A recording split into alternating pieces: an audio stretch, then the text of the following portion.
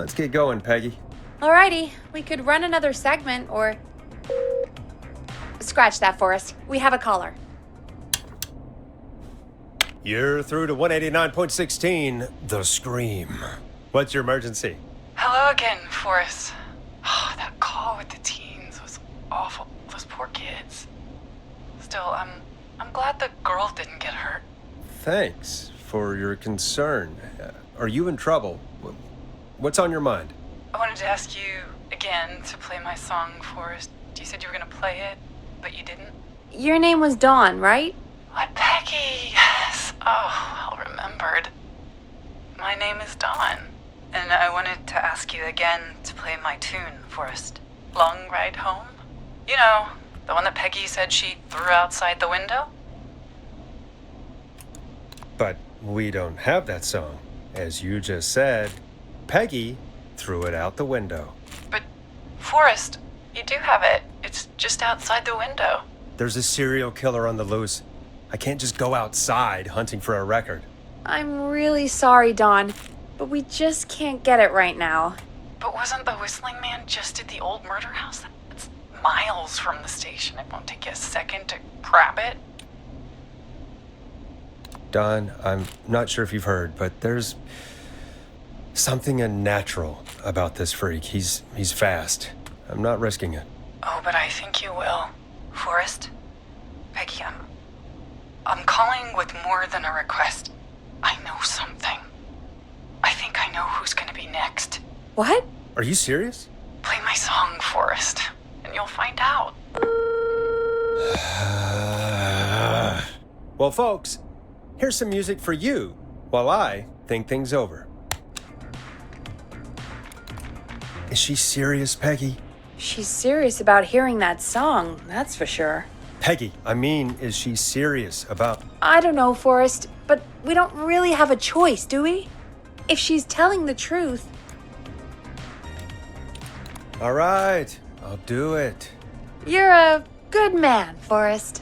I'll slide you the key to the fire door. Wait. Our fire door has to be unlocked? Yeah, I never thought about it, but yeah. We should talk to Reggie about that later. Anyway, I'll hold the fort down while you're out. Maybe I'll even get a caller. That could be exciting. 189.16, The Scream. With me, Peggy.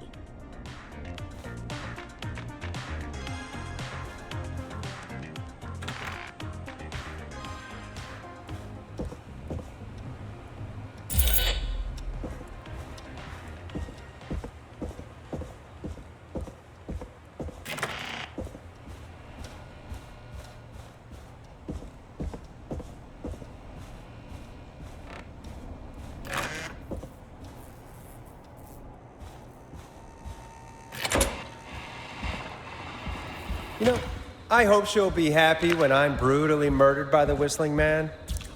Out here, in the open, alone. Here it is. Long Ride Home.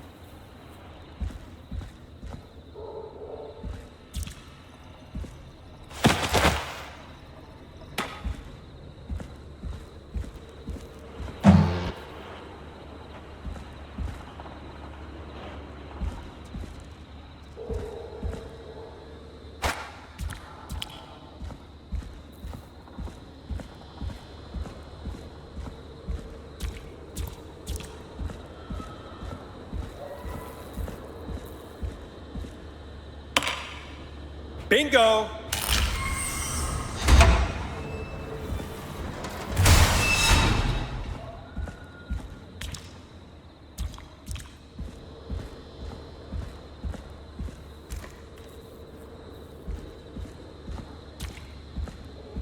I could probably survive that fall. Looks like the janitor's closet. What did Peggy say his name was? Clive?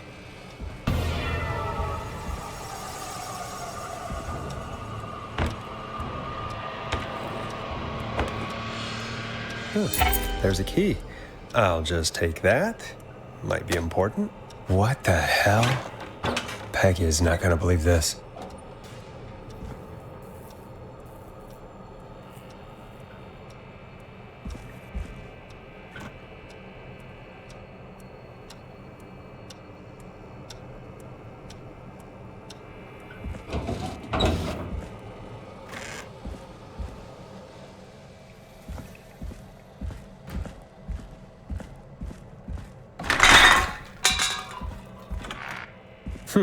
I wonder how the show's going.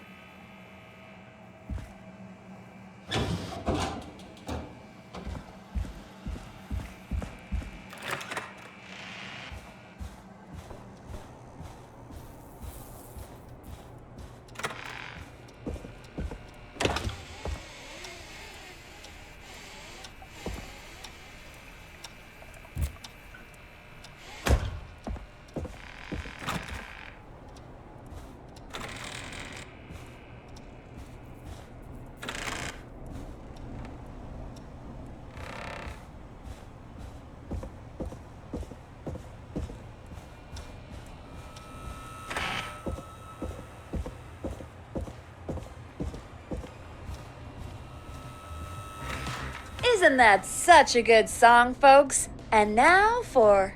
Jesus, Forrest, you've been gone for ages. I thought something had happened. Something did happen. Clive the janitor might be Clive the murderer. What? I'll start from the beginning. The fire door locked behind me. So...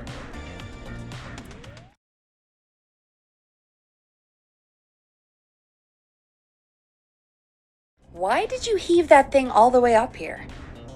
Because the basement's creepy as hell, and I don't like standing around down there. Fair. All right, let's run through this again. We have a creepy board you found in a creepy basement, made by our creepy janitor, who you think is the creepy whistling man. Yep. And on the creepy board are the names Chuck Brody, Kim Walker, Rebecca Allen, and Aunt Williams. Correct. And you think one of these people will be the whistling man's, Clive's, next target. That's right. And we've got to find him. You said there are 4 locations listed there too? The hospital, the power station, the gas station, and the trailer park. Clive must think the target is at one of those locations. Forrest, you're gonna have to figure out if any of the potential targets are at one of these locations tonight. Hit the button if you need any help.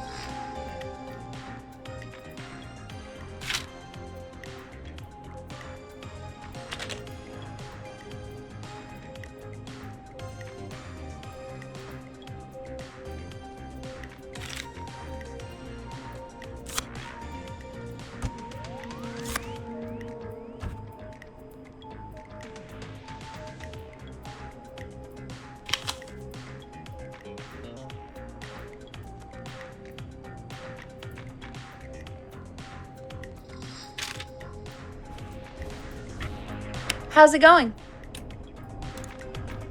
I'm ready, Peggy. Are you sure? We've only got one shot at this. I'm sure. Let's do this. Okay, name first. Who do you think the target is? Chuck Brody. And where will I find them? The gas station. Okay, I'm dialing. One moment.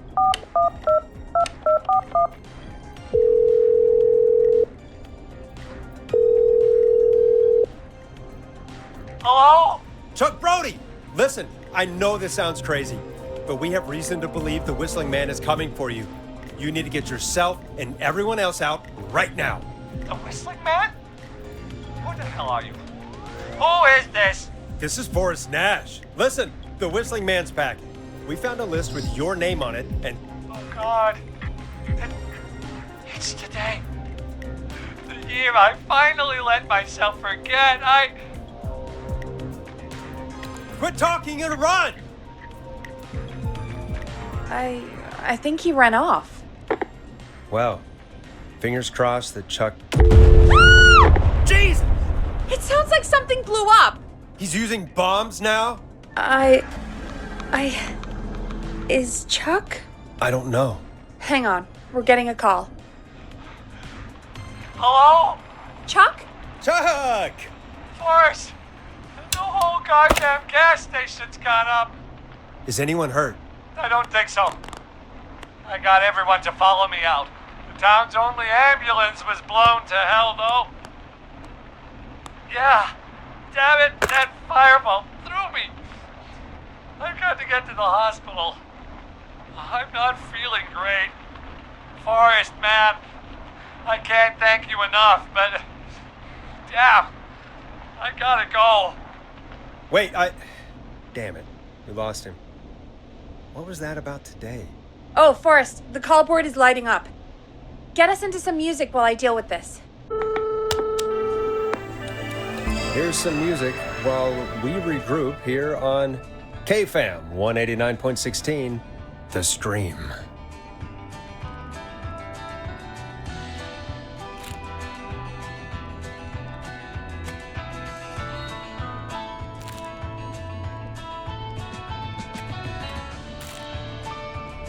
There's gotta be more in the basement to show us who Clive is targeting. And if that's the case, we can get ahead of him. Stop the killings before they can happen. Forrest, we need to go back down. By we, you mean me, right? Yep. Like I said, I need to handle all these calls. Maybe start with that creepy mannequin room you mentioned before. I still have a lot of questions about those, by the way. Me too.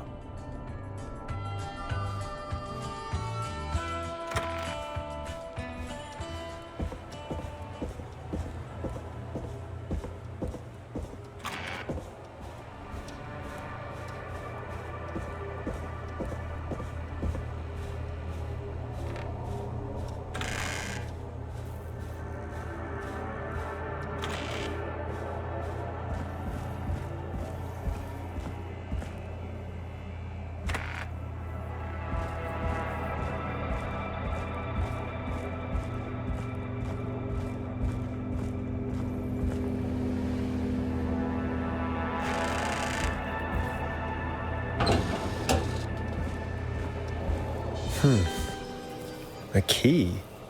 Was this always here? I must have missed it when I brought everything upstairs.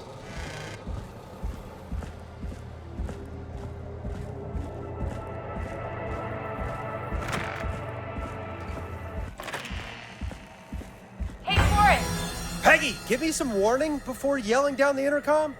Sorry. Buzz the intercom when you find something and want to discuss it.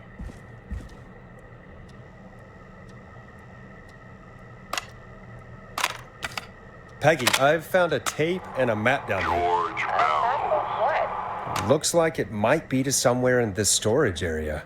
Weird. Well, maybe the tape will give us more information. Give it a play. 1968. That's when this all began for me. Follow the maps. Find the tapes. I'll be waiting. Wait. George Barrow? We all heard that he drowned after a night out drinking. Was it actually Clive? Has Clive really been the whistling man for that long? He says I need to follow the maps and find the tapes. I guess that's what this map is about. I think we need to see what else is hidden down here. Be careful, Forrest. Keep looking. Buzz the intercom when you found something.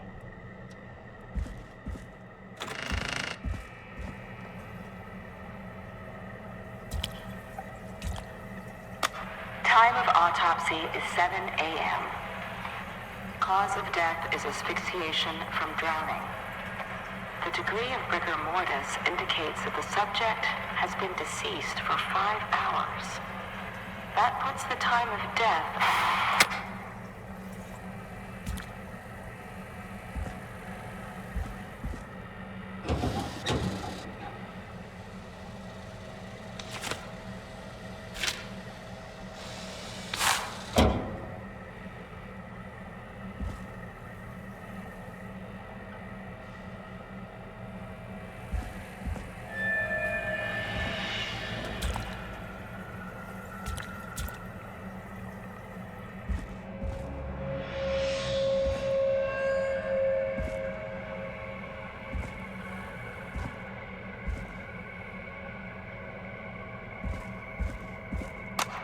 Preliminary toxicology results shows no signs of inebriation.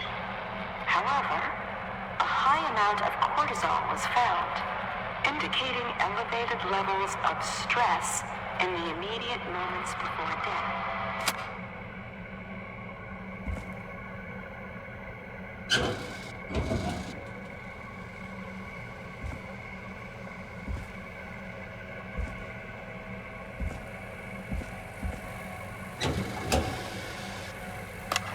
Additionally, there appears to be a post-mortem injury to the arm. It looks like it was trapped in a car door.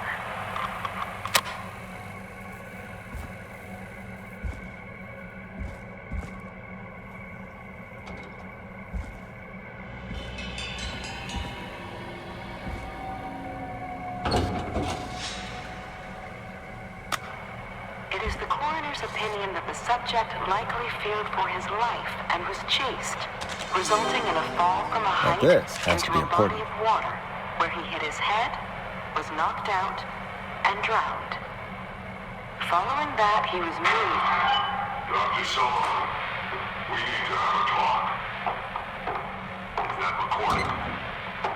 Shut it off.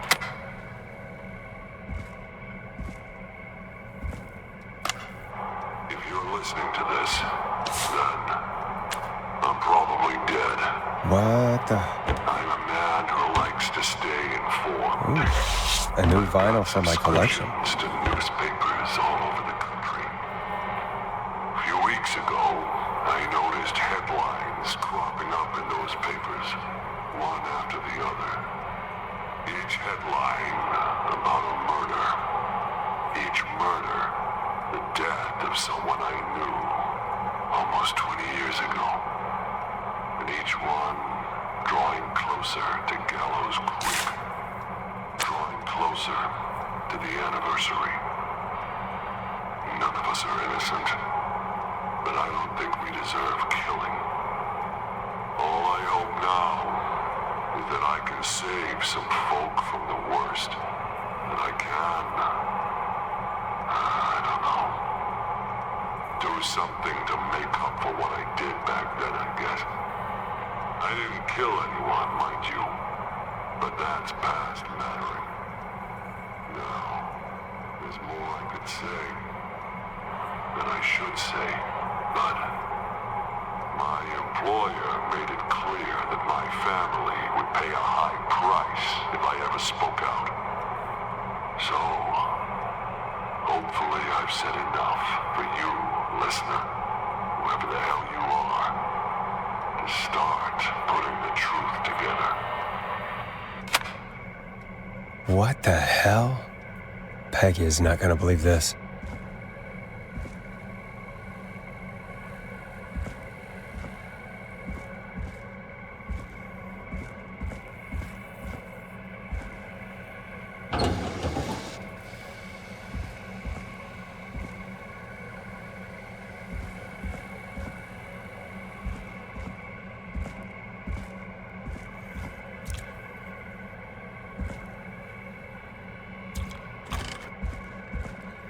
What have you found, Forrest?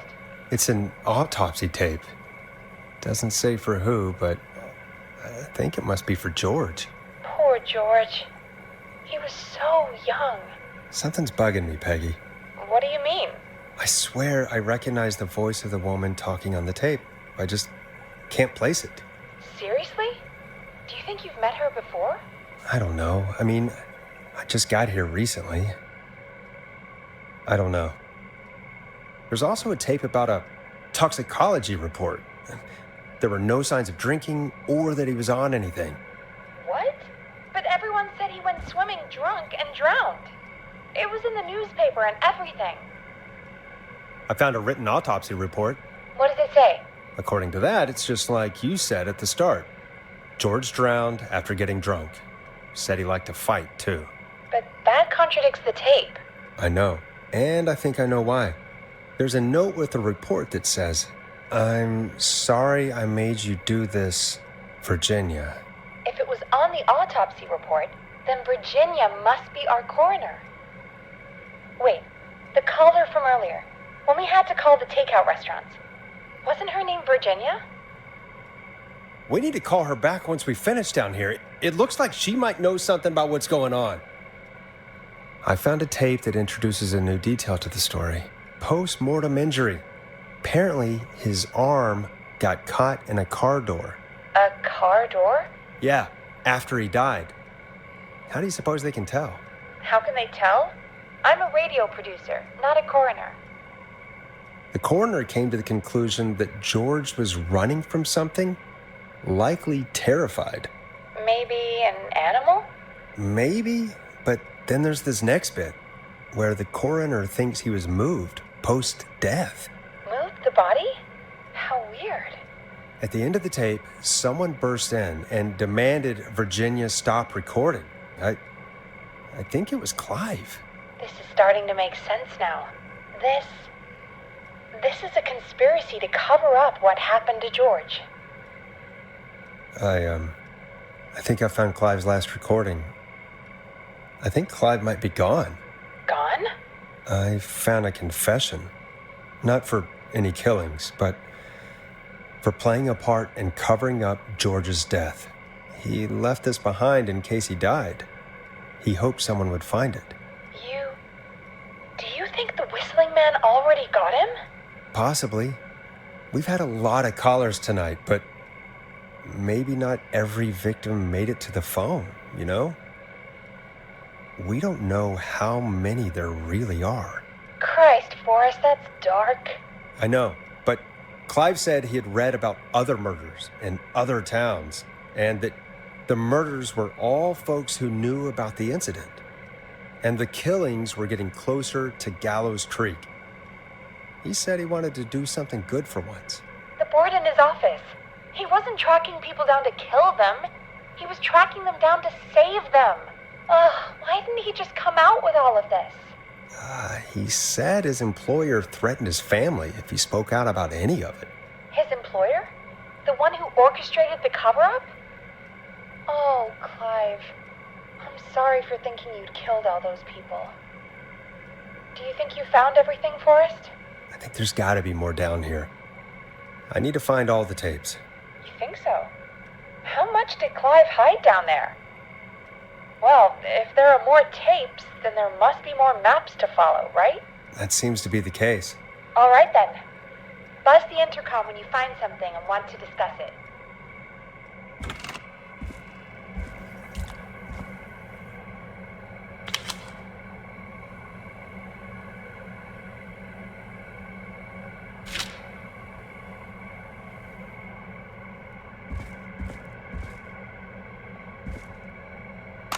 Small lacerations to arms, legs, and This looks face, useful.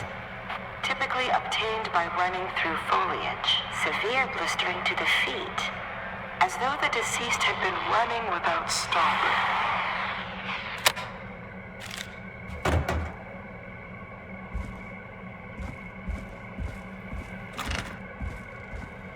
What have you found, Forrest? Found another tape. It talks more about how George died. What did it say? It sounds like he was running for his life. sprinting through trees and bushes, getting cut up all over. What would drive someone to do that? The toxicology tape made it sound like he was highly stressed, maybe terrified of something. I think he was chased. I found a police report. Mentions a friend from earlier, Sandra Sharp. Sandra. The jazz runner? That's right. She found George's body washed up at the reservoir. The reservoir? Yeah? What's strange about that? George got cuts from running through foliage, right? But there's no forest around there. Also, how did it wash up at the reservoir? What do you mean? Reservoirs don't have tides. But that's what the police report said. It's not possible, though. I did a school project on reservoirs and got an A. But, yeah, not important right now. The important thing is that it doesn't make sense. What are you suggesting, then? That the body was originally found somewhere other than what the report suggests? That the sheriff tried to cover it up, but accidentally let something slip? Something like that. I think. Well, Sheriff Matthews wrote the report. If he hadn't been eviscerated, we could have asked him. True. But Sandra is still alive? Once we're done down here, we should give her a call. Do you think you found everything? I think so. Forrest, what's going on here? Someone wanted that boy's death to seem like an accident. And they hired Clive to make it look that way. Come back upstairs when you're ready. We need to figure out our next step.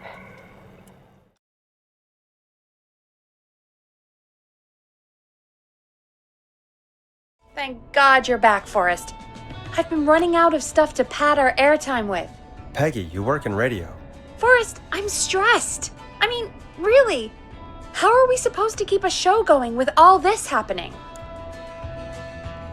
Beats me. But we gotta do it and we're going to. You're right. So, what's the plan now? I think we should call Virginia back. All right, I'll get her on the line. Time to turn the music off. Hello again, Gallows Creek. This is Forrest Nash. We're circling closer to the truth behind tonight's events. To this end, we're calling back one of our earlier callers, Virginia Sullivan.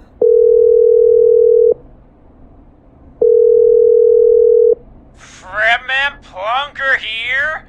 Who's this? Is it you? Goose.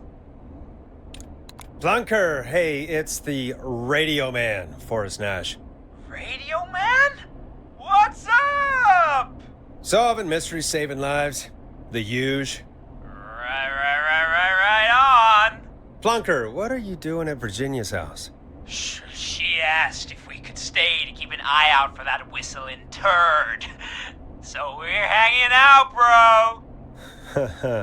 Well, that's big of you, Plunker. No, it's nothing. Can I speak to Virginia?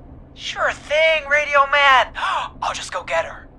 Who is this? Hey, Virginia, it's Forrest. I'm glad you're still okay. Oh, Forrest.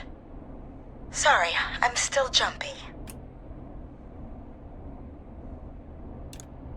Don't be sorry. You've been through a lot.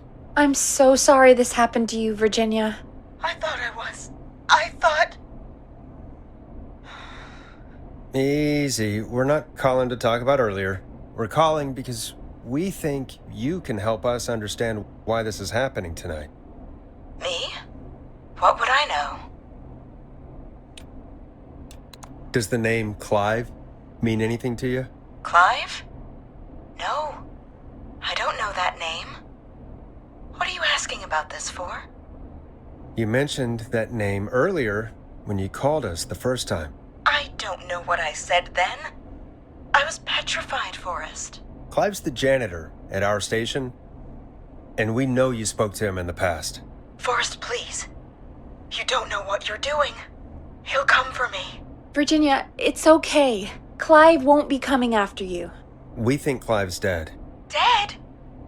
But isn't he? He's the whistling man, Forrest. We found evidence to the contrary. But It's true. And we found your autopsy reports for George Barrow. How? I saw him destroy them.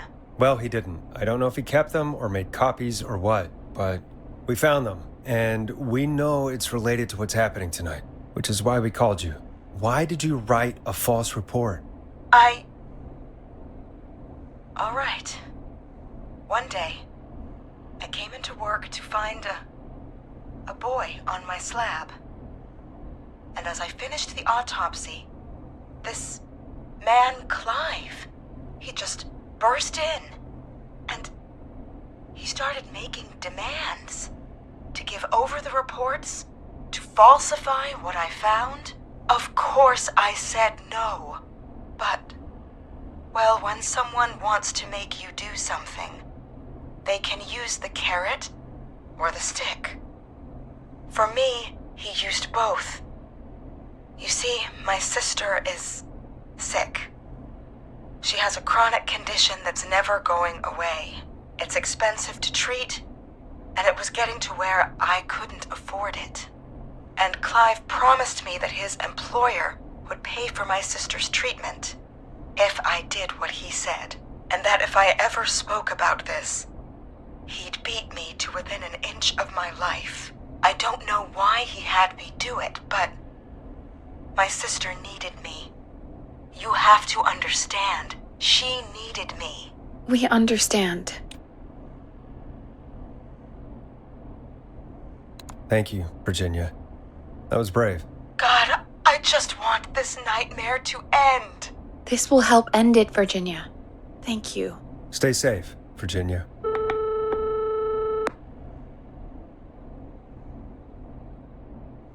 So, Virginia's tied up in all of this. Clive threatened her to keep quiet about George's death. But for who? Why cover up these details? Well, we know Sandra was involved in George's death.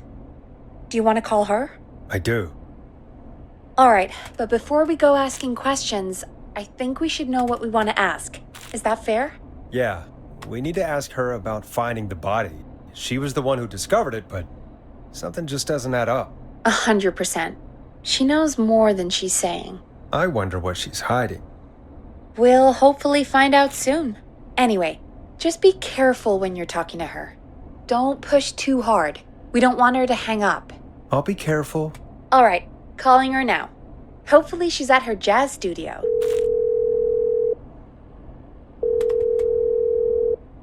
Aha! Forrest, you're through. Hello, this is Sandra at Jazz Pizzazz Jazz Studio. Who is this?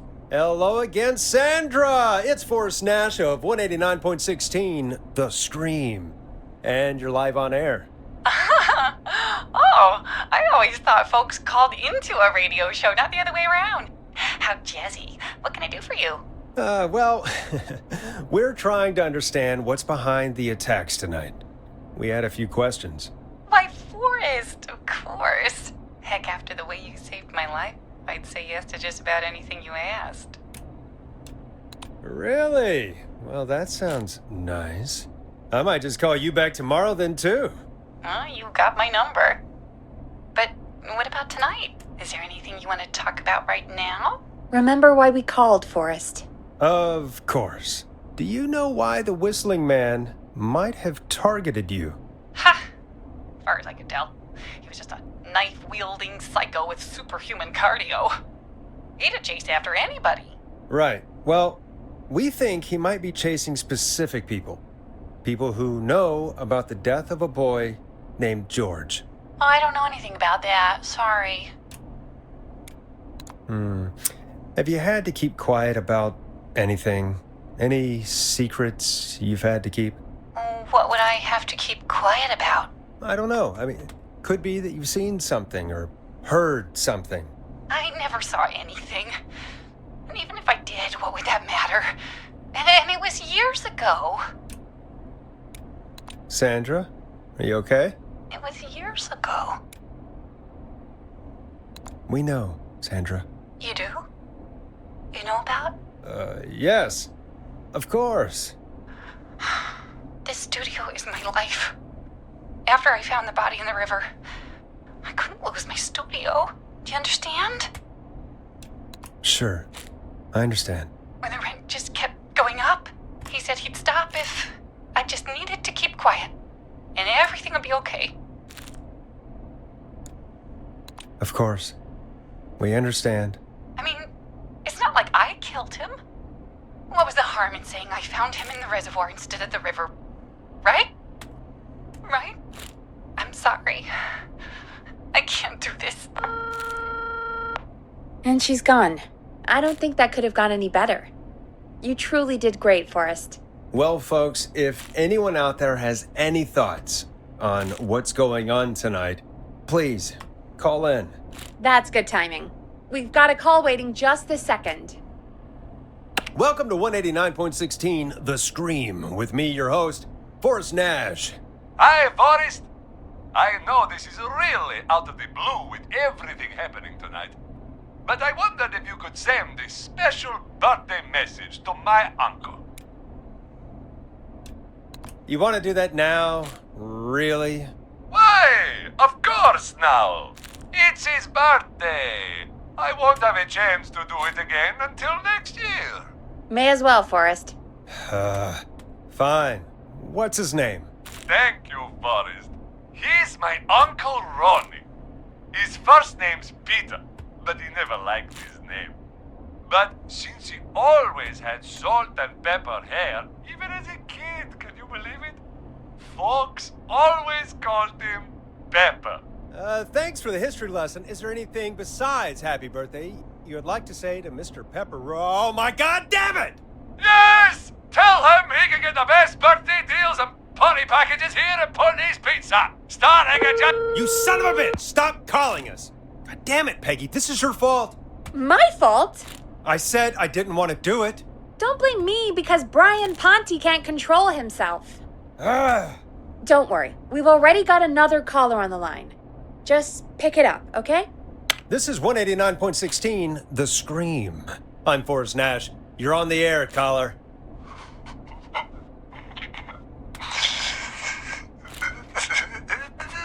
Caller.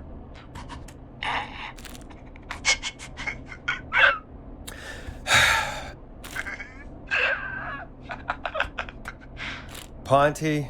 Ponte's Pizza always delivers! Come rain or sleet or whistling man, we'll be there!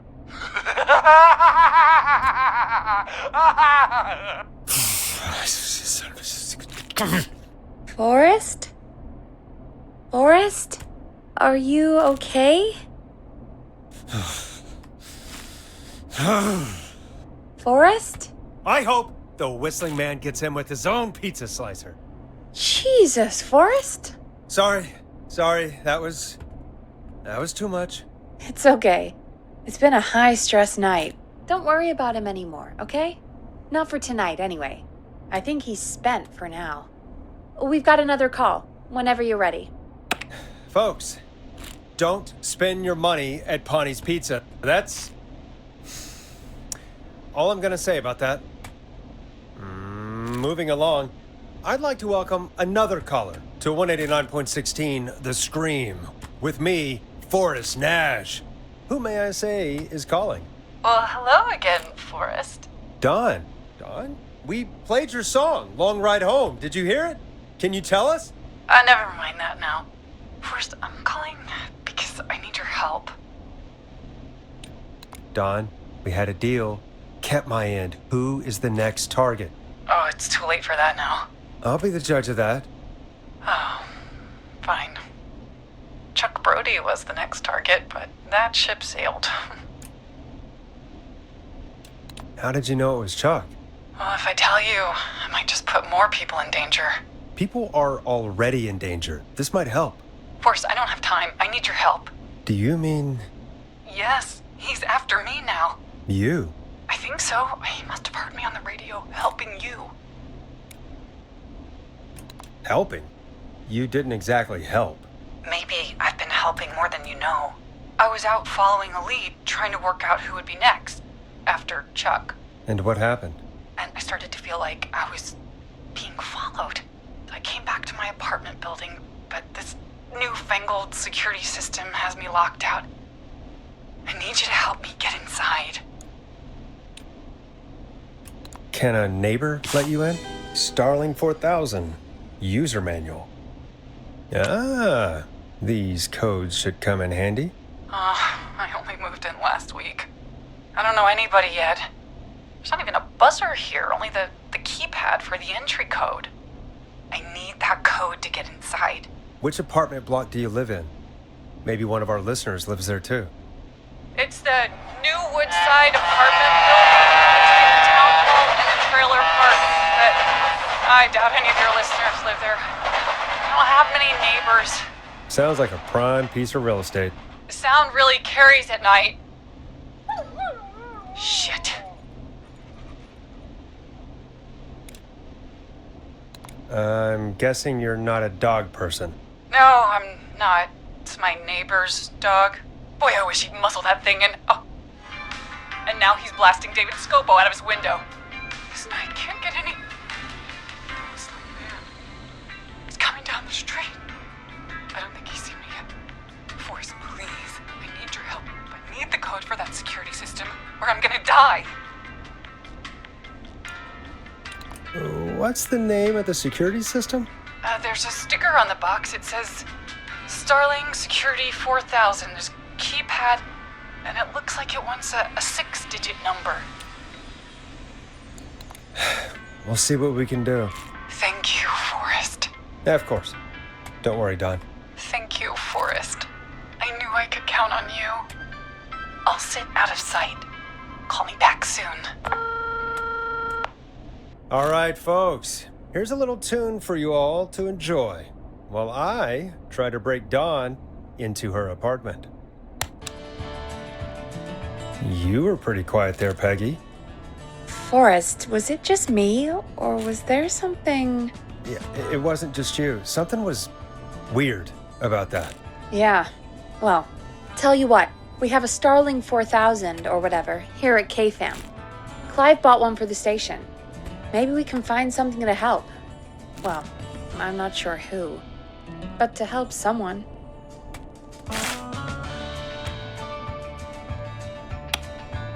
Okay, so she's locked out of the Woodside Apartments, and somewhere, Clive probably has the papers for the Starling 4000.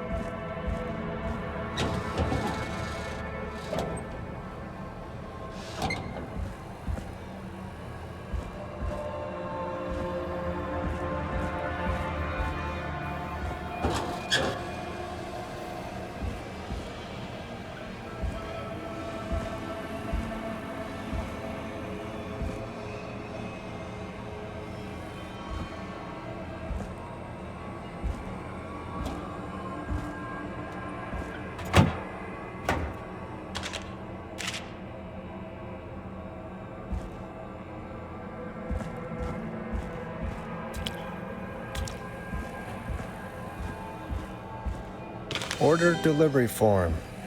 Starling must have left this by accident. The system's not even installed at Woodside.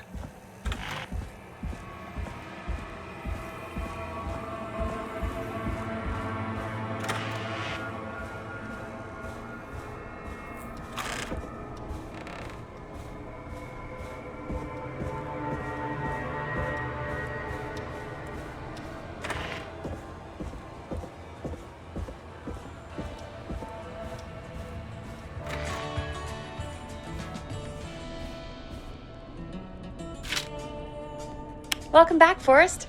Find anything? The Starling 4000 security manual. It's got a bunch of codes. Good. And did you find anything else? I saw a list of everyone else who bought the Starling 4000. Know who was on there? Oh my god. Roller Ricky!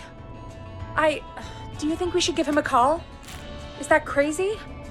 I don't know what you'd say, but... Just put me through to Don. I'll take care of this one way or another. Okay, if you say so. When you're ready, shut the music off.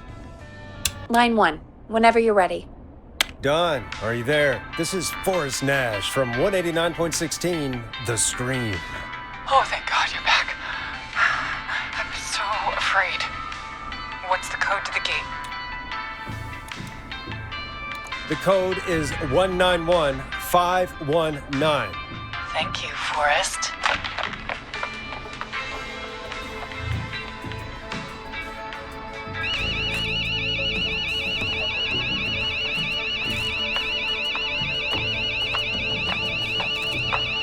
Son of a bitch. Ah!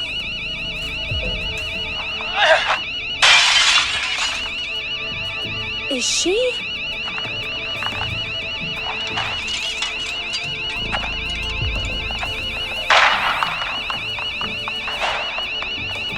Yeah, stay out! Nobody disrespect the sanctity of the ring! Don't ever come back here again! I'm calling the cops! Thank God. Hello? Is someone there? Ricky, get back inside and turn on the radio. Whoever that was, she was trying to break into the ring. She? Forrest, man, you got no idea. That was him! That was the Whistling Man! The alarm gave me just enough time to get my rifle. I don't like hurting folk, but I can't let anything happen to Maxie. He's my best friend, you know? Listen, man, I'm heading back inside. Gonna barricade that window. My man, thank you. You and Peggy can skate for free whenever you want, forever.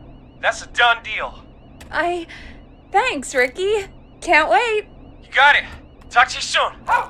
Okay, Gallows Creek, here's some music while we process what just happened. So, the Whistling Man is a woman?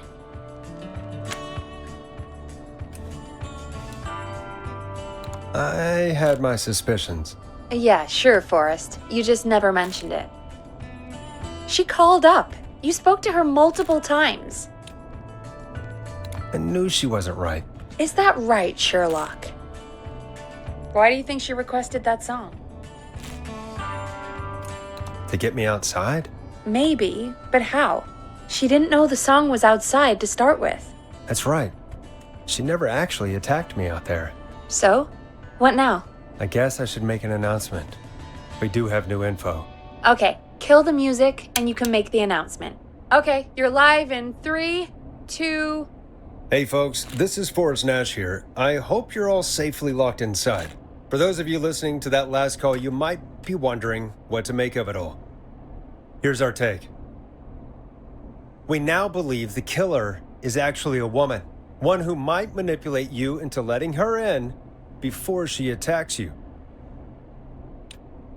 I'm sad to say, but it's time to trust no one. The killer was calling themselves Dawn.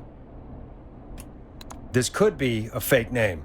If anyone needs help or you have info on the killer, please call in. You folks have my new number, right? It's 911. Hopefully, our next caller can help shed some light on our killer. Hey, we had a call come in. Okay, folks, time to take a call. You're through to Forrest Nash on 189.16, The Scream. Hey, man. Murphy?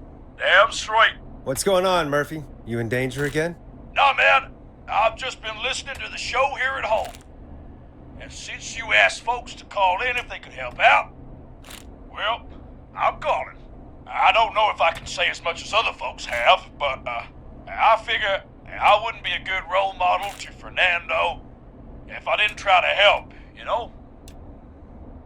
We really appreciate that. 100%. Thank you, Murphy. Oh, thanks. So, what do you want to know? Well, what can you tell us? I don't know, really. All right. Well, do you know anything about the death of George Barrow? Absolutely nothing. Okay. What about the killer herself? Herself? Man, I didn't get my ass kicked by a lady. The man I went toe-to-toe with was a man. You heard the last call, right, Murphy? Yep. So you know it's a woman, and you were trained by a VHS, Murphy. I know, but... Man, how could it have been a woman under that mask? Let's just move on. Do you know anything about the history of the Whistling Man? No, sir. Tonight's the first time I ever heard of him. What? I moved here 3 years ago, man. What do you want from me? Hey, man, no worries. Just thank you for trying. Right. Sorry I couldn't help you all more, man. Now, if you'd have asked me about gators... Forrest, we have a call coming in. Sorry, Murphy. I think that's all we've got time for right now. All right. I'll catch y'all with the gator talk later. Night. Well, folks, that was a bust. But perhaps our next caller has more they can tell us. Let's find out. This is Forrest Nash, and you're listening. Please help me. My name is Casey Moore. I'm at 25 Nancy Drive. My best friend's been stabbed. He's bleeding everywhere. I don't know what to do. Please help me. Somebody's been stabbed? Can you tell me what happened? We'd been out at the reservoir. We were heading back to his place when we heard this whistling all of a sudden. He just started freaking out.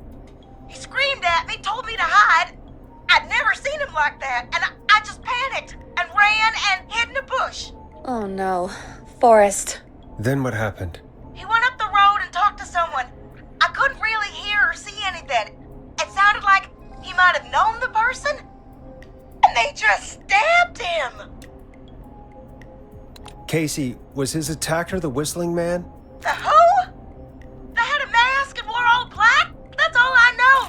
Please, we need help here. I'll get you help, but I need to know. Where did the masked person go? They left. They left him to bleed out. I waited until they were gone, then dragged him into the garage and called 911. Wait, why didn't she make sure he was dead? I don't know. I think I heard them say something like, "It's not so funny now, is it?" before they left, but please, he needs to get to the hospital. I can't drive, so we need an ambulance. Forrest, the ambulance was destroyed in the explosion at the gas station. You should get all the info you can. Can you tell us where your friend was stabbed? They stabbed him in the stomach, and then stabbed him again in his leg when he was on the ground, and it's... Oh, the knife is still there in his leg! What's your friend's name, Casey? It's Jason Parker. We'll be right back.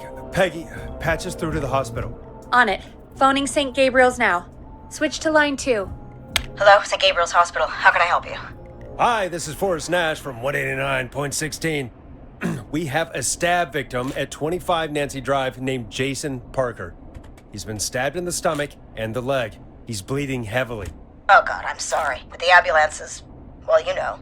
I know, but please, we need something, or he's going to die. Forrest, Listen, you're going to have to get him here. We need to see him, and we can't get there ourselves right now. We don't have any way to drive him right now. And even if we did, he's bleeding out fast. All right, listen. We need to buy him time to get here. That means stopping the blood first, and then finding someone to stabilize him.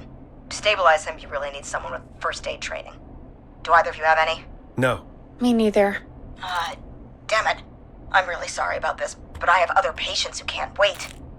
All I can do is talk you through the procedure as quick as I can, and then leave the rest to you. You think you can handle that? We don't really have much choice. Hit me. Okay, from the top. If he's bleeding out, then you need to get him comfortable and try to stem the bleeding. Lay him down. Apply continuous pressure directly to the affected areas. When the bleeding slows, get a clean cloth of some kind and hold it over the wounds. Get them comfortable. Apply pressure. Clean cloths when slowed. Got it, I think. You said he was stabbed, right? If the object he was stabbed with is still in him, don't take it out. It's stopping the worst of the bleeding right now. If anything, you should secure it so it stays where it is. I wouldn't have thought of that. It makes sense, though. God, that was a lot of info. But I think we can handle this. Glad you got it so far, because there's more to go. I'm still with you, Doc. What else do we need to know? If he's lost a lot of blood, he may enter shock. If he does, act fast. If you applied a cloth and it's bleeding through, don't remove it. Just apply another on top of it. If it's safe, elevate his legs to get blood circulating to his vital organs. Try to keep him warm. Get him to rest and reassure him. We need the patient to stay calm. All right, don't replace bandages, elevate his legs, keep him warm and calm. This is a lot. I'm really sorry. That's as much as I can give you right now. Try to stop the bleeding, find someone to get him stabilized, and get him here as quick as you can. Good luck. All right, Forrest. Casey's still on line 1. Hello?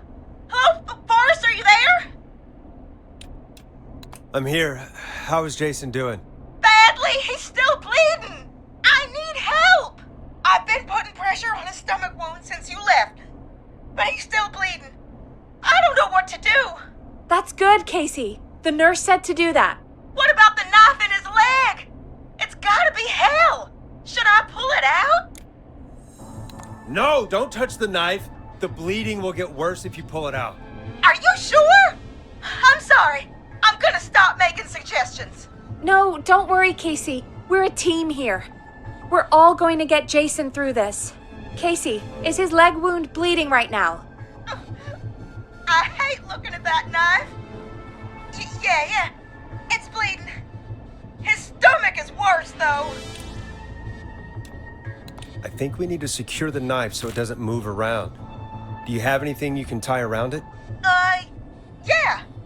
There's some laundry piled up on top of the dryer, some cloths on the hood of the car, and what else? I guess I've got my jacket. Look in the laundry for something like a towel or a shirt. Hold that over the wound. Okay.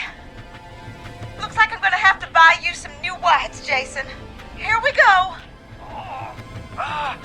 I'm sorry, Jason. It's secure.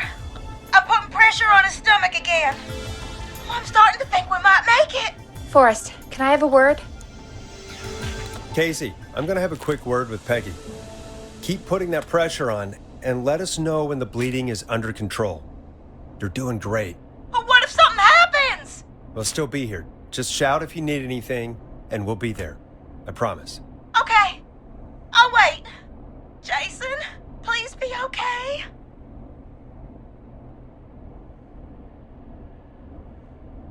What's up, Peggy?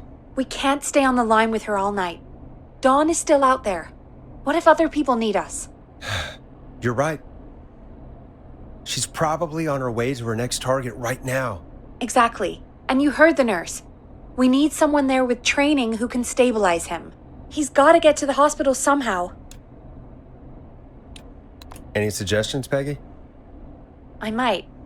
A little before you started working here, KFAM did a mandatory first aid training course. Me and Karen missed it because we were away on a producer getaway. You skipped it, didn't you? Never mind. So, how does KFAM's first aid course help us? Casey said they're at 25 Nancy Drive, right? Yeah? Why? They put up a bunch of cheap houses around there about 10 years ago. So a bunch of people here at the station live around there. Do you think any of them could help Casey and Jason? Probably, but I don't know who lives there. And since I missed the training day, I don't know who knows first aid. Could you call them and ask? I don't know everybody's numbers. I've only ever called Karen. Everybody's personnel info is probably in Reggie's office. Got it. I'll look through their files in Reggie's office. It's a life or death situation. I'm sure they won't mind. Right. But there are a couple of problems with that. Go on. It's sensitive information, so Reggie probably locked it in his safe. Great. Do you have any idea what the combo for the safe could be? Not a clue. Reggie's a serial note-taker, though. Maybe something in his office will give it away. Right. There is something else. I'm not gonna like this, am I? Have you ever heard, the future is floppy? Peggy, what the hell are you talking about? I'm talking about floppy disks. Floppy disks are like these futuristic things that have information on them. You put them in a computer and they do something. Peggy, I know what a floppy disk is. Anyway, Reggie decided that the future is floppy and started phasing out our physical records and replacing them with these floppy disks. I imagine it's the same for our personnel files. That's good to know. Since we haven't heard anything from Casey, I'm guessing Jason's okay for now. I'll check out Reggie's office and see what I can find. You'll need a key for that. I'll just slide it under my door now. Thanks, Peggy. I'll just have to look around.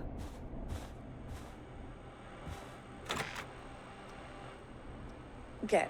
I'll patch my mic down to the office, so you'll hear me over the intercom.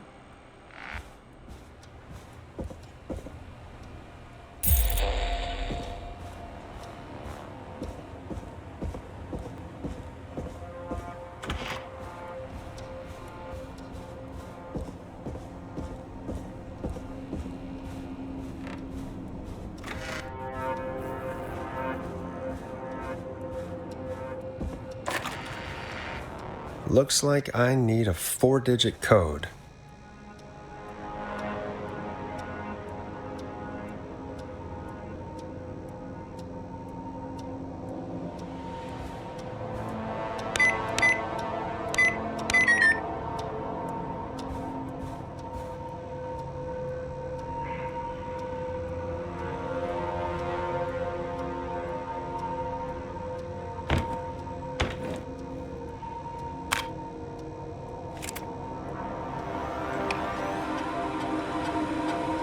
Could this be it?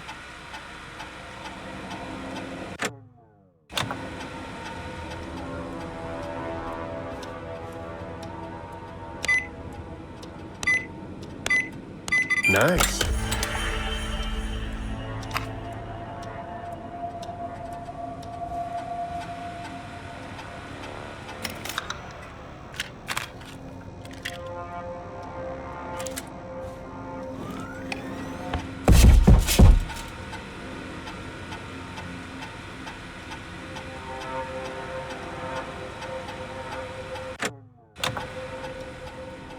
Hey, Peggy, you there?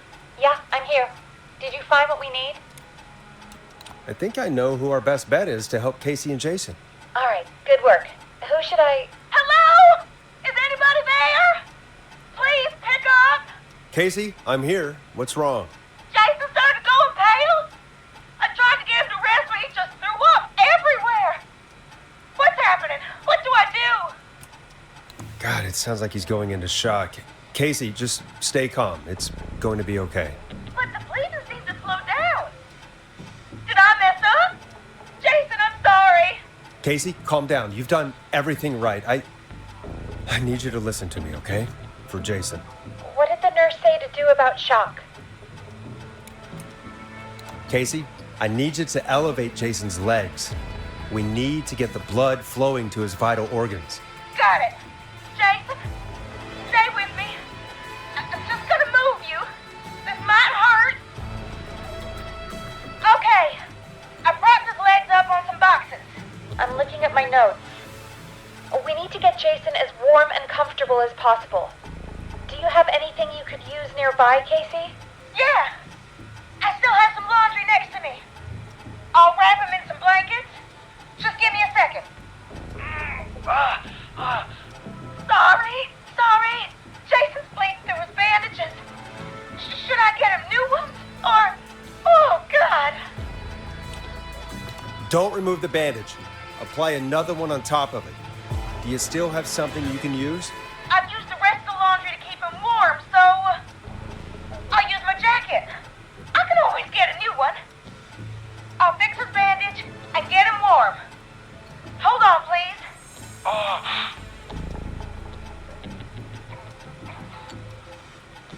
Sorry. I'm done. You're gonna be okay, Jason. Just relax now, okay? Boys, I'm scared. He's not doing well. Is he gonna... Casey, I need you to be strong for Jason. Sit with him and reassure him that everything's gonna be okay. Okay? Okay.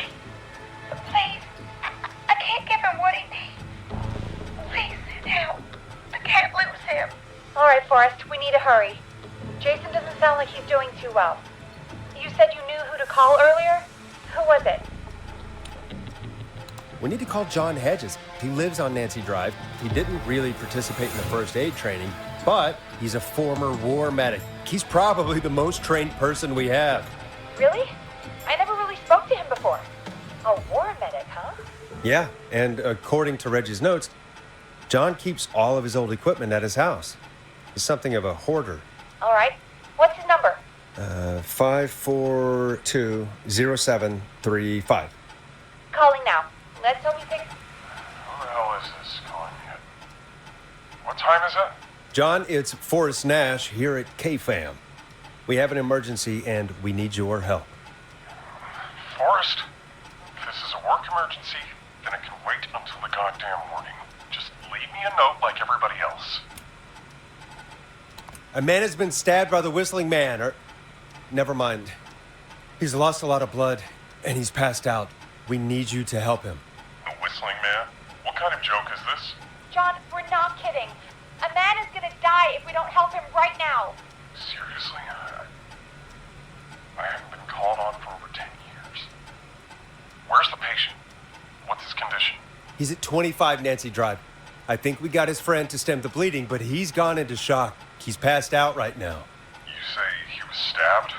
Do you know the extent of his injuries? From what we were told, he has 2 major stab wounds. One to the stomach and one to the leg. The knife is still in his leg, and the stomach wound is open. Understood. Let me grab a few supplies and I'll head right over. Damned if he dies on my watch. Thank you, John. We'll let him know you're on your way. Good luck. Hello, Casey. Are you there? How are we doing? Bad. Jason seemed really weak and then just started thrashing. What about now? Is he still thrashing? He's passed out. Please tell me you found someone to help. Casey, help is on the way. My colleague will be there soon. You hear that, Jason? Someone is coming. You're gonna be just fine. Just hold on for me, okay? Just hold on. Come on. Hello, Casey. This is John Hedges. I'm here about Jason. Please let me in. I'm guessing that's Jason there. Casey, I'm gonna need your help. Forrest, Peggy, don't you two worry. We've got this from here. Okay. Forrest, we'll call you back later. I have to go now. Good luck, everyone. God, I hope he's gonna be all right. And with that, the show moves on. We're sending our best wishes to Jason. Well, after all that excitement, I think we could use some music. Come back upstairs when you're ready.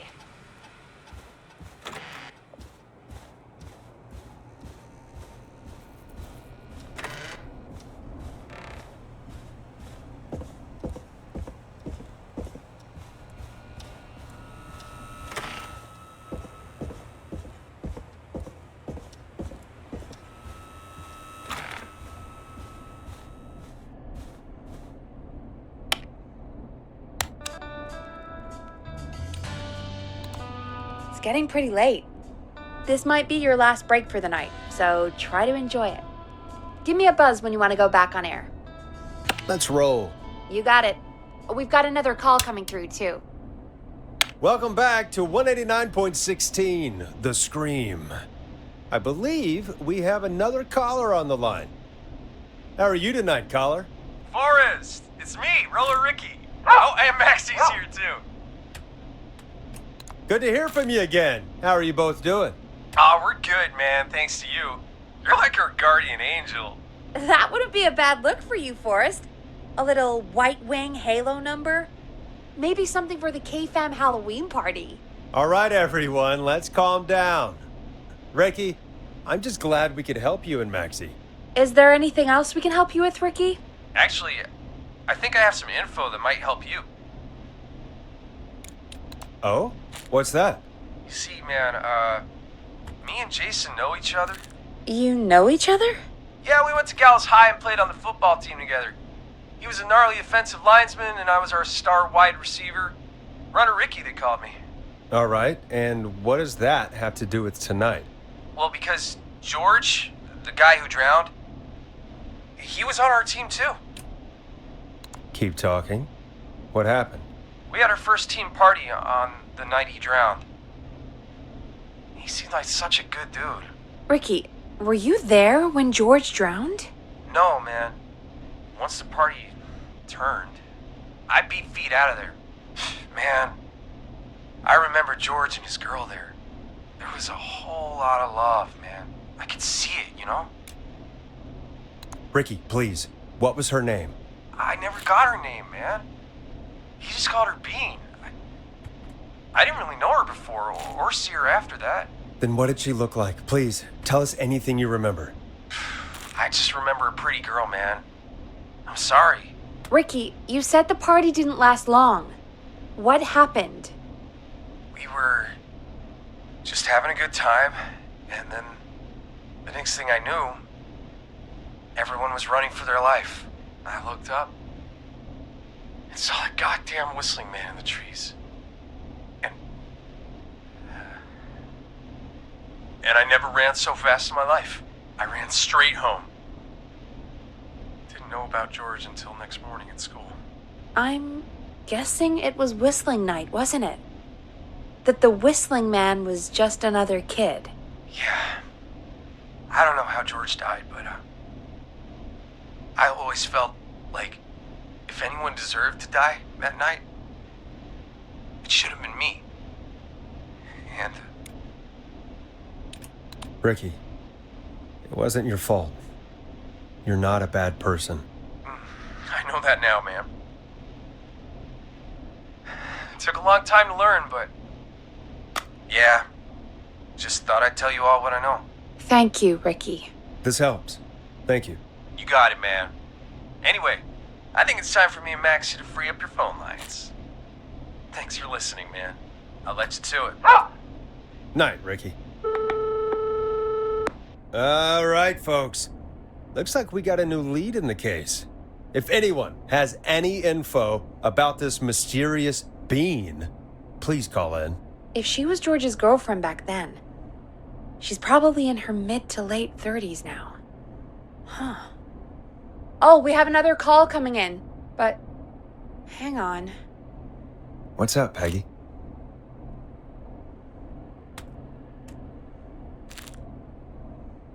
Peggy?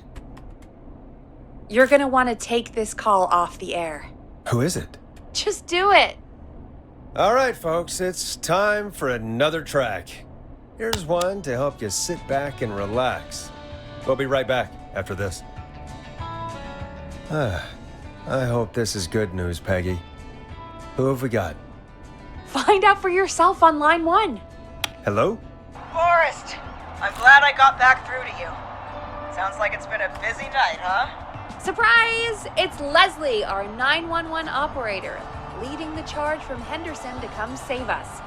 It's so good to hear from you. Are you okay? We're doing okay. Sarah and I are both happy to be headed back home.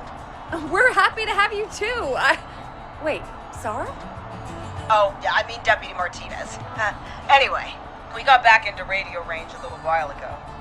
We've been listening in, but haven't been able to get through until now. It's been non-stop since you left. Please tell us you're bringing help. You bet! I'm leading a whole goddamn squad towards Gallows Creek as we speak. Turns out somebody had cut the phone lines. They had no idea what was happening. That's great news. That's crazy about the phone lines, though. Do you think the whistling man cut them? I'm guessing so. I don't know how the whistling man did it. But that doesn't matter right now. Listen, we're coming in hot, but we need your help. I know Gallows Creek isn't a big town, but if we don't know where the whistling man is, we can't get him. Her. That's where you come in.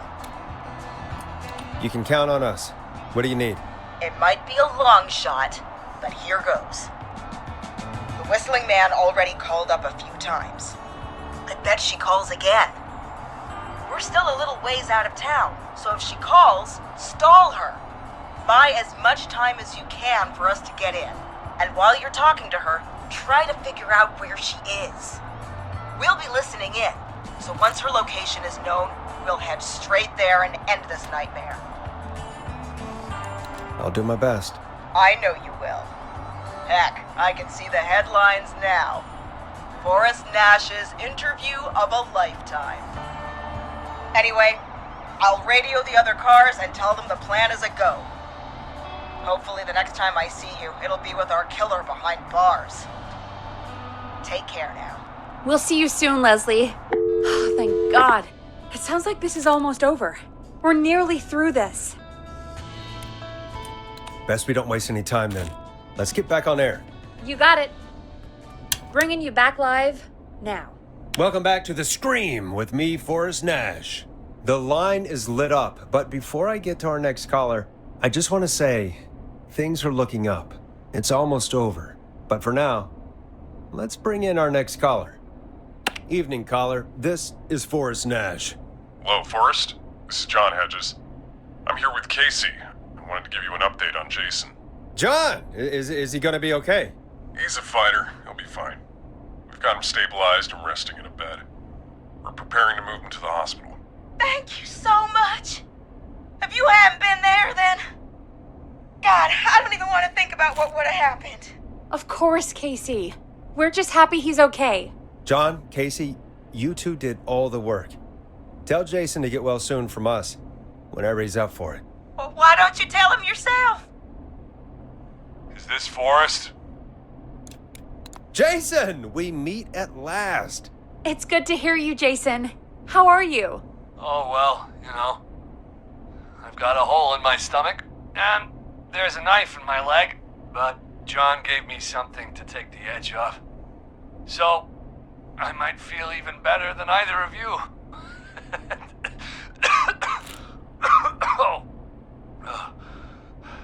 Take it easy until you get to St. Gabriel's. I will.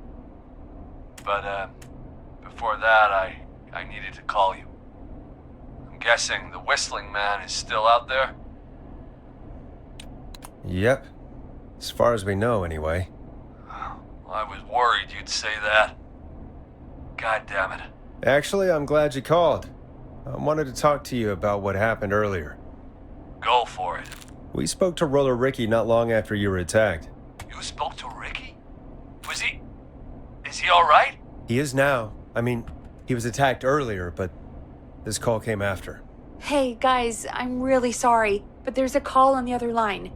I just need to make sure we don't have another situation brewing. You fill Jason in on what happened. I'll be right back. Sure, Peggy. Sorry, Jason, where was I? Yep. Ricky's fine. You don't need to worry about him. That's a relief. He told us about George. Sounds like everything's finally coming out now. It's been tough to hold it all in. Sounds like you've been holding back about something awful, Jason. I'm part of the reason my best friend is dead, Forrest. And the few who knew about it said if I ever said anything, I'd find myself in jail. For a long time. It was hell. And then the town just moved on. Like he'd never existed. What happened that night? I went along with the stupid prank, that's what. Whistling night. Some of the guys on the football team had an idea for a way we could haze the newcomers. We decided to plan a party in the woods and have the Whistling Man crash it. It was stupid. We each had a role. I was the stabbed friend. At the party that night, I left the group for a second, met our Whistling Man, pretended to get stabbed in front of everyone. Started an almighty panic. Those screams. That was the last time I saw or heard George alive. How did George die, Jason? I don't know. I was playing dead. But when I heard her scream, Ricky mentioned a girl named Bean. Is that who you mean? Bean. Oh, yeah. I guess George did call her that. Yeah. He called her Bean. I heard her again tonight, Forrest. Her name was... What? What happened? Are we still on air? No, we're not. Seems like the power is completely gone. How do we get it back on? I don't, we can use the emergency generator down in the basement. Reggie picked it up a while ago in case we ever needed to do an emergency broadcast. An emergency broadcast?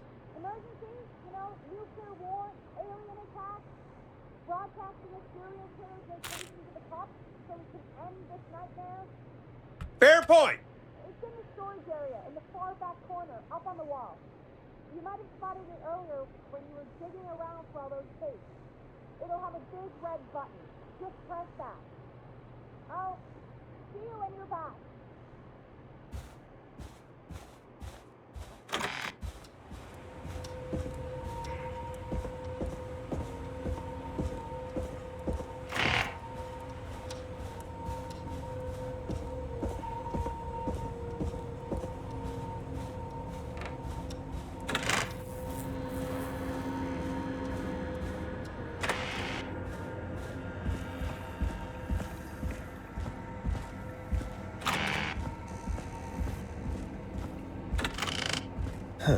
Far back corner.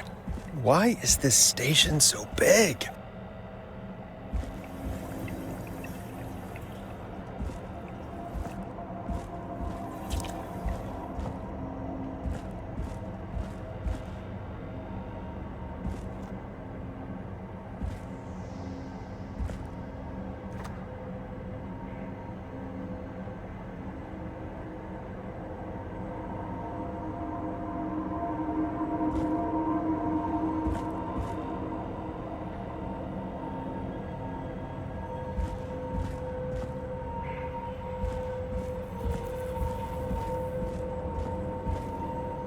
That must be it. Boom! We've got power.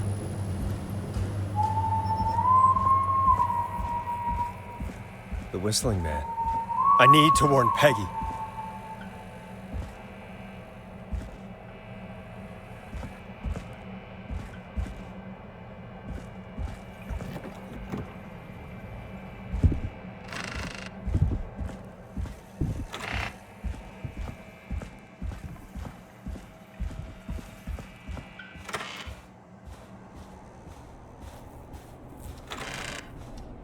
What the hell?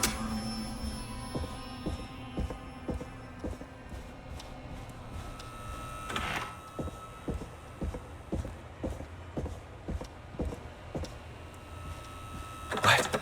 Why is it locked? Oh no. Peggy! Where'd you go?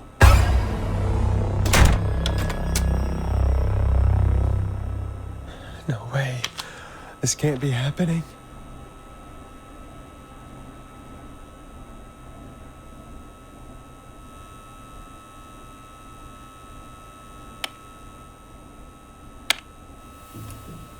Where's Peggy, Don? Have some patience, Forrest. It's almost the end of the night. Almost the end of the show. But it's not over just yet. Got a little time still. So let's make the most of it. What do you mean? Make the most of it how? Well... Huh? I thought we'd end tonight's Whistling Man special with a special guest. The one who started it all. Let me take that out of your mouth and... You crazy bitch! Let me go! Welcome to the air, Mr. Teddy Gallows Jr. Wait. It's all gonna come out tonight, Teddy. Your daddy and his money saved you 20 years ago. But even if he crawled out of his coffin with all the money in the world... Wait, where the hell is Teddy? How are you talking to him if you're here with me? Because I'm not there with you, Forrest. I'm here with Teddy. And if he says where that is, well, he knows he'll get it. Wait, then... Who am I looking at?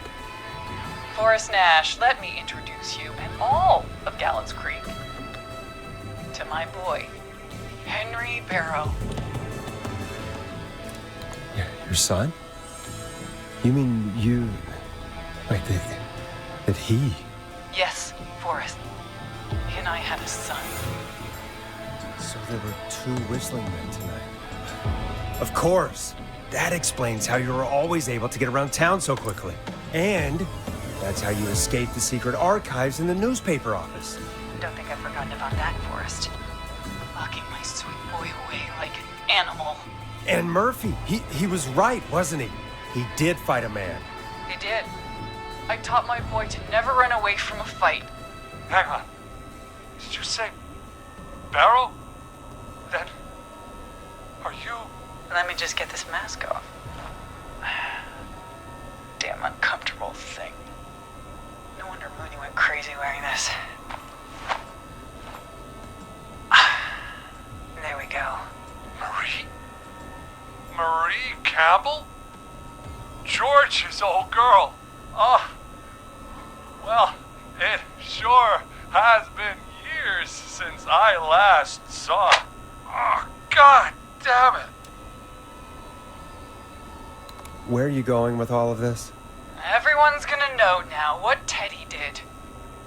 He killed George that night. This night. 20 years ago. Listen to me. You're gonna talk when I talk to you. And not a moment before. Meanwhile, Forrest, I'm gonna give you the chance to talk. You're gonna help me reveal what really happened to George all those years ago. Okay, Marie. I'll do it. Good. Then let's talk about the night George was murdered. Murdered? Listen,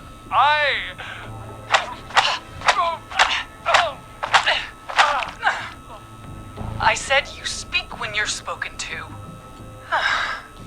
Now, I know you've done some good work tonight in piecing together what happened to George 20 years ago, and that's why I want you to interview us. Interview you? All right, I can do that. Thank you. I want you to help me and Teddy tell the story, Forrest. Do a good job. And hell, you might be the only one to leave here alive.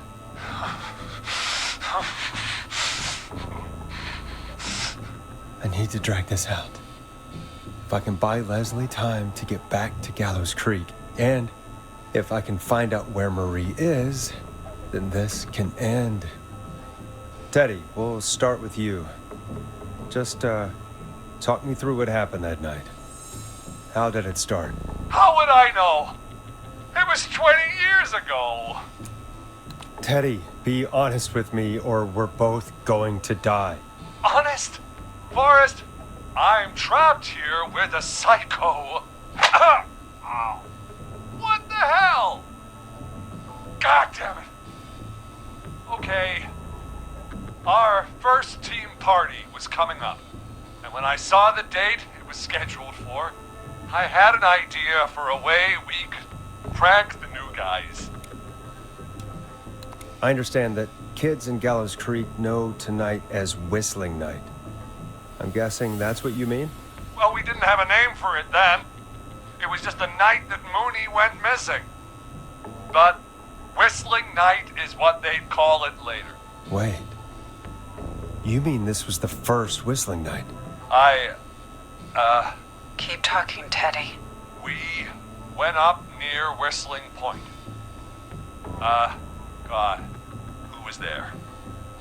Me, Jason, and George, of course.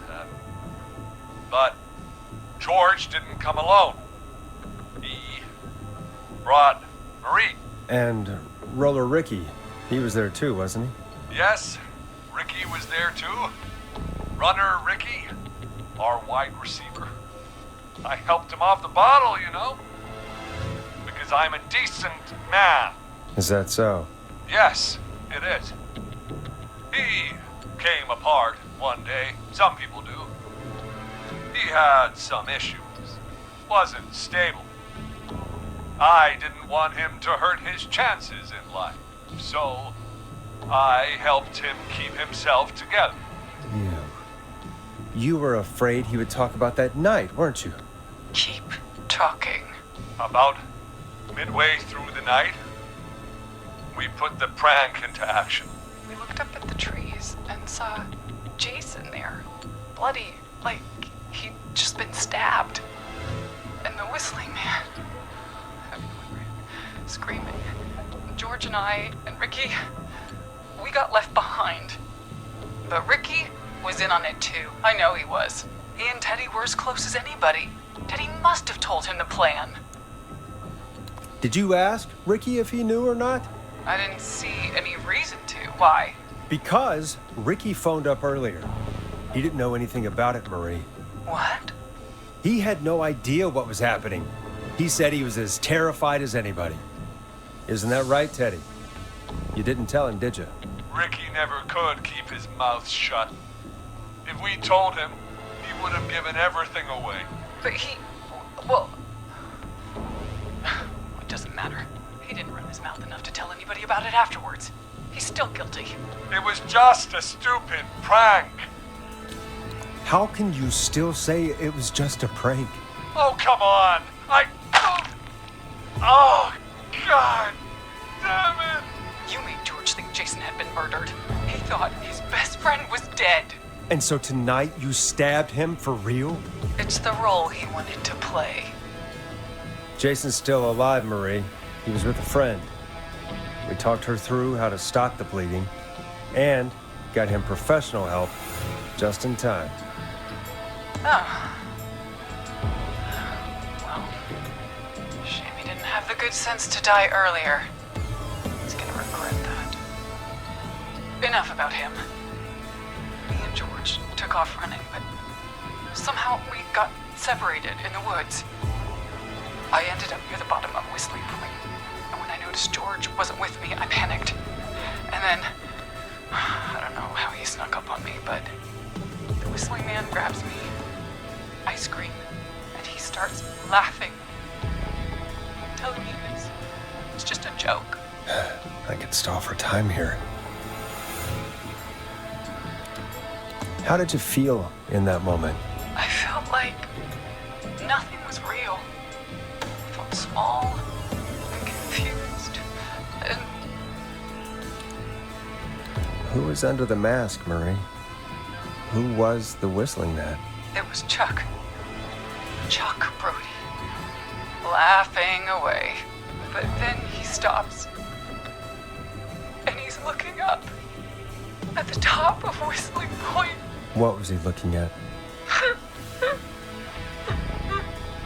Teddy, what happened next? Nothing. I mean, it was just... Teddy? George fell off Whistling Point.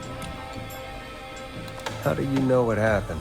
I saw it. You pushed him. You were up there. You were dressed as the Whistling Man too, and I didn't push him, goddammit.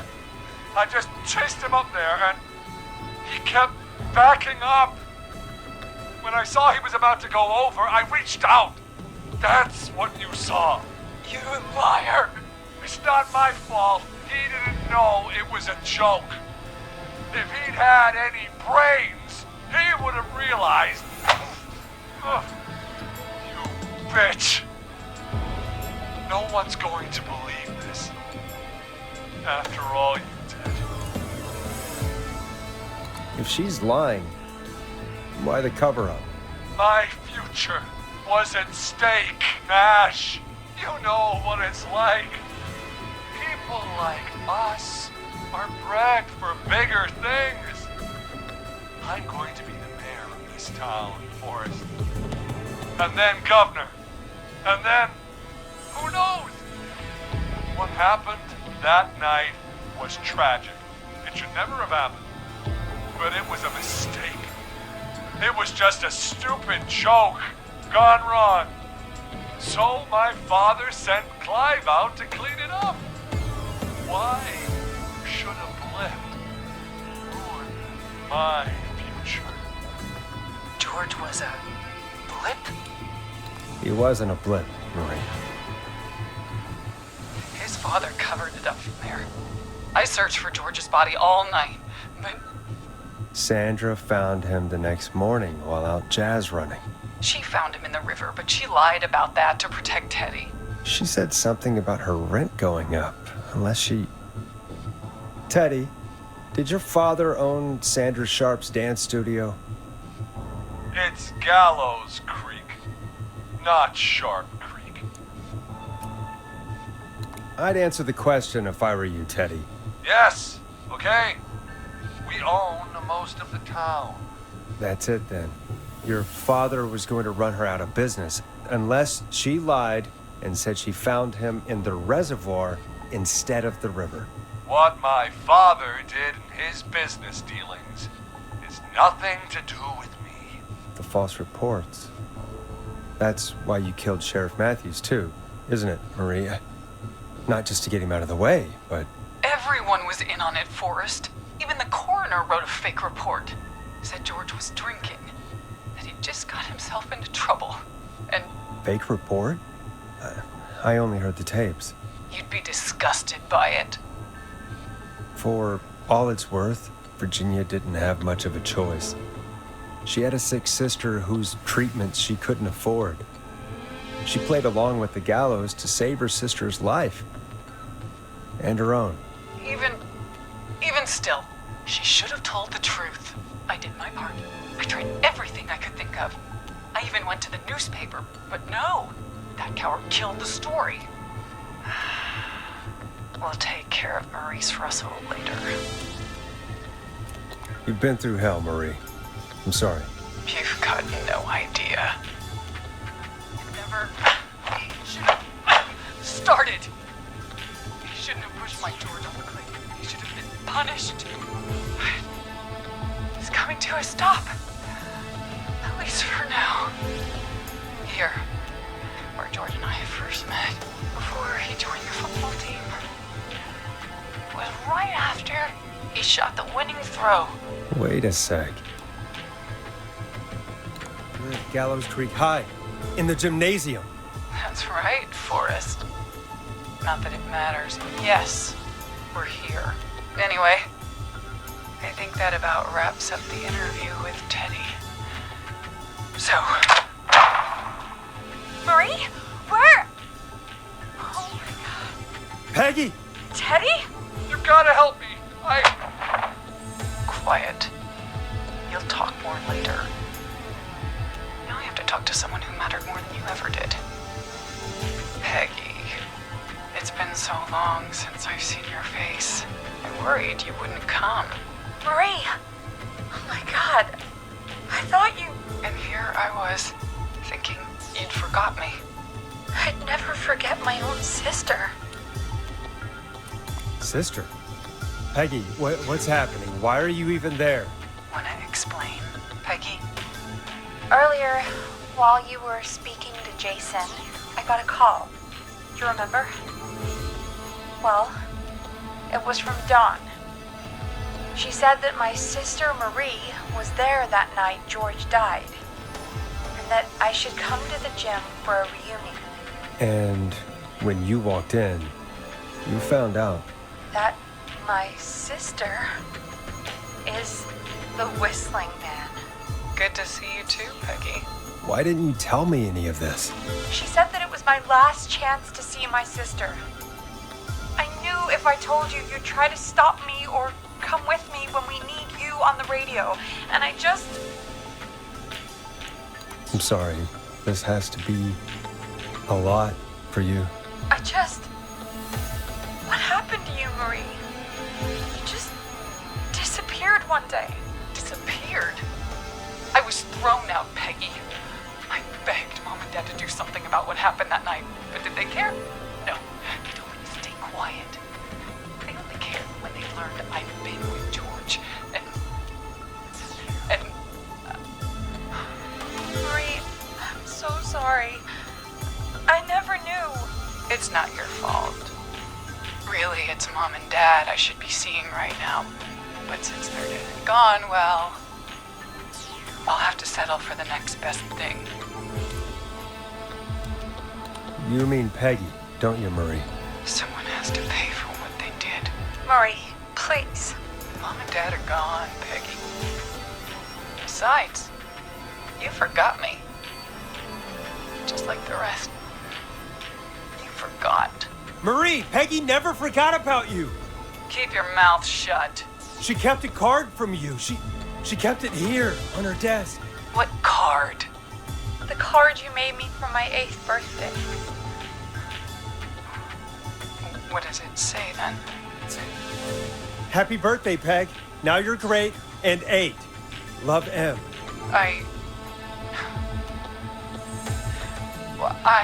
Henderson police! Freeze! No! Henry! Get out of there! Ah! Peggy! We have 2 wounded, and we're in pursuit of the suspect. Henderson police! Freeze! Forrest! Leslie, how's Peggy? She's been cut pretty bad, but we're here now. I'll be okay. God, Marie! Hey, Zara! I need you to look after Peggy. She needs help. Now. We got here just in the nick of time. Where's Marie? She bolted right as we got here. The police are right on her heels. It won't be long now. It's over, Forrest. Well, folks, it was a long night, but we made it through together. I'm gonna head off to go check on Peggy.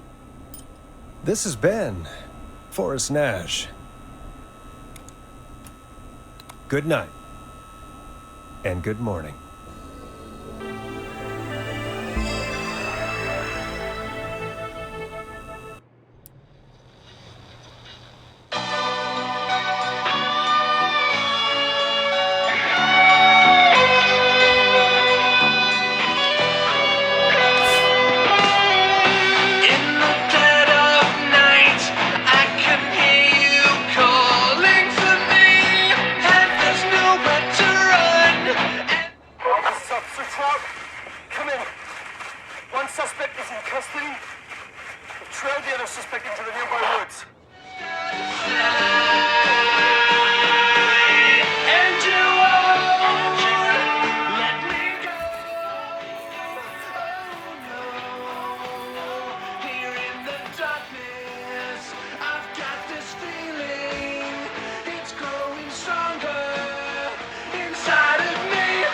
It's a killer frequency.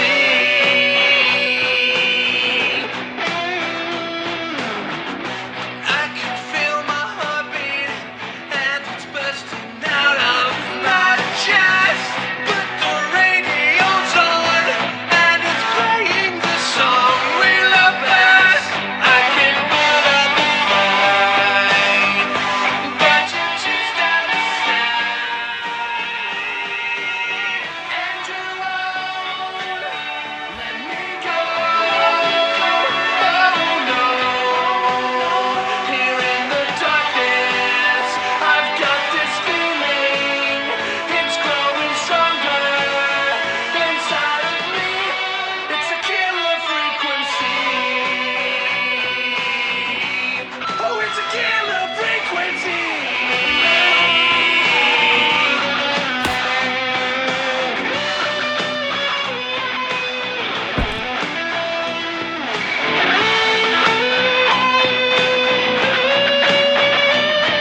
We have the suspect cornered at the top of Whistling Point.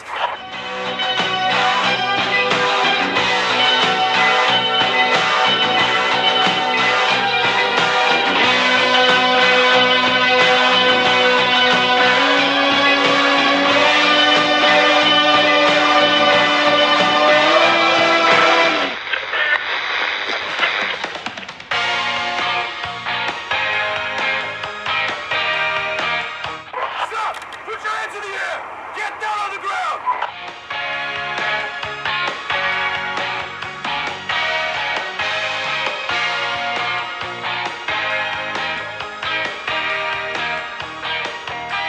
Don't move!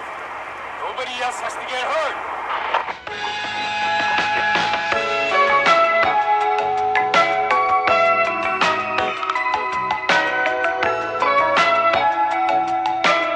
No, stop! Suspect